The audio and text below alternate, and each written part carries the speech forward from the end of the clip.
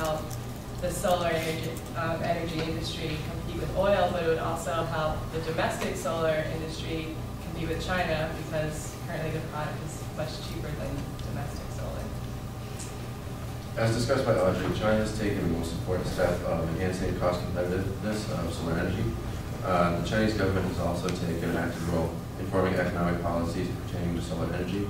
This action has played an important role in the nation's economic development and growth. In addition to encouraging the use of renewables at the consumer level, the government has also promoted research and development, as well as investment in the renewables industry. At both the central and local levels, the Chinese government provides subsidies for overhead and operating costs, which funds positions including management and training, equipment certification, product inspection, and research positions. Recent progressions in the Chinese policy arenas have also played their part. Particularly, a series of policies have been formulated that have ensured benefits to investors in renewable research and development and offering extended allowances to the renewables industry.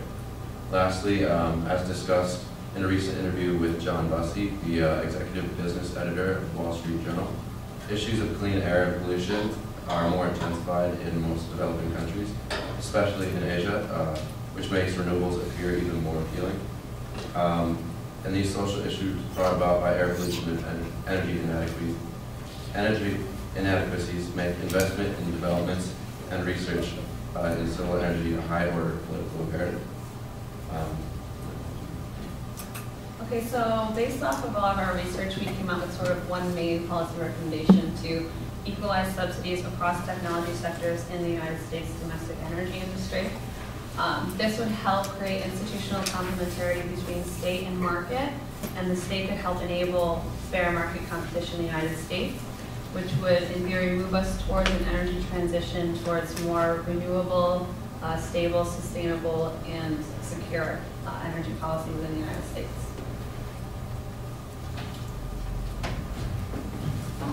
Thanks.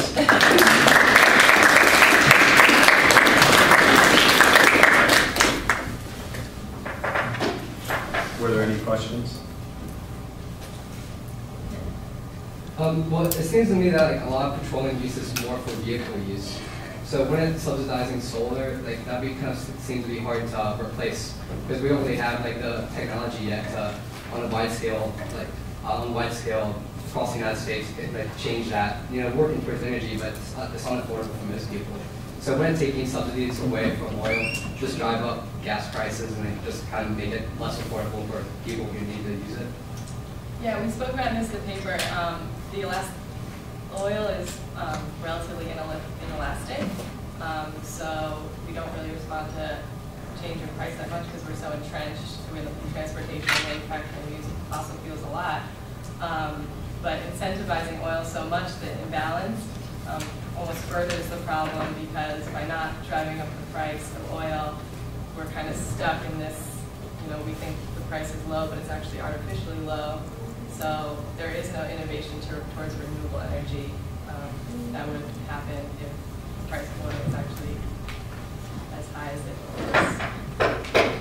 is. I've read about a number of projects that are real innovative, ideas as far as improving transportation technologies, and they would probably have a much better chance of, research and development funding if oil wasn't so entrenched and so supported. Was there any thought given to, when you talk about the equalization of subsidies, was there any thought given to alternate energy sources that shouldn't be subsidized because they don't show promise? Like renewable energies? Yeah, for instance, like maybe one of those renewable energies just doesn't have the same possibility that the other do, just doesn't feel like it's going to be as successful. Would that still be as equalized as the rest, despite the fact that it has a lower possible outcome? Well, we focused mainly on solar as the renewable energy that we focused on, so our recommendation was to equalize solar and with oil. I guess correct me if you guys don't agree, but I would say the major renewables that, like wind power, like those should be subsidized as well. And newer technologies that we don't really know about, we can't say whether you should subsidize them or not, because we don't know. I think that there's definitely, one part of it is definitely leaving room for a lot of flexibility in these subsidies, because with renewable sources of energy, a lot of the sources are going to depend on the geography of the area. They're going to be really localized. I mean, some areas you might be able to tap into geothermal or something like that, where somewhere else that's not going to be an option. We basically concentrated on solar because it covers the entire Earth. And for the scope of this study, we didn't get into specific technologies.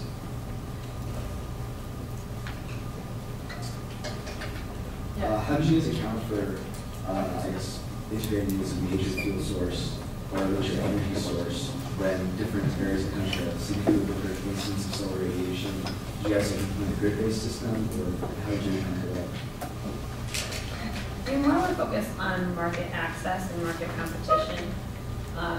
Currently, as the market stands, there's a drastic imbalance between access to competitive resources and access to government funding. So we just wanted to give solar the opportunity to further its research and development and implementation. I'm sure there would be differences throughout the United States and throughout the country as to what source of energy is best for that region, but we were just trying to sort of create coherence between the state and the market and get rid of this imbalance. Okay, great. Very